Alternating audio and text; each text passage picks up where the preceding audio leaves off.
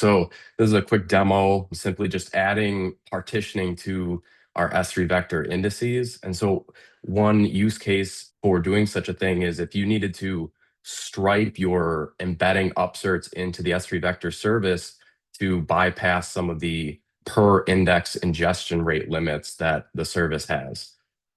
All right, so here's a Spice pod of a fake data set. This is called the employees data set. And if you look at it, it's just a few hundred rows here of data that has things like name and occupation and ID in it.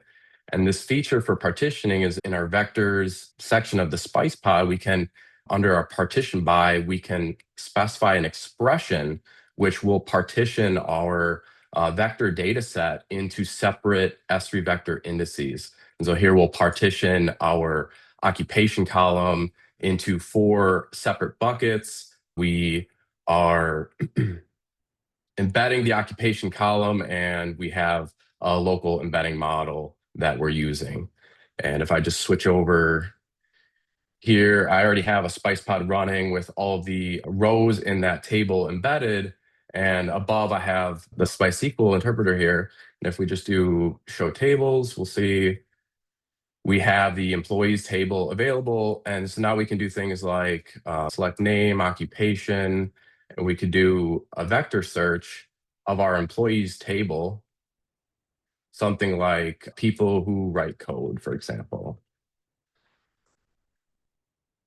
And you can see it's pulling out all of our developers, for example. And really the interesting thing is in the explain plan. You can see that, like I mentioned in the Spice pod, we're partitioning our indexes into 4 separate buckets. And you'll see in the explain plan, we're doing a scatter gather across 4 of the buckets. We've got 4 S3 vector queries, and we're unioning them together to give the results that we showed before. And it's really as simple as that.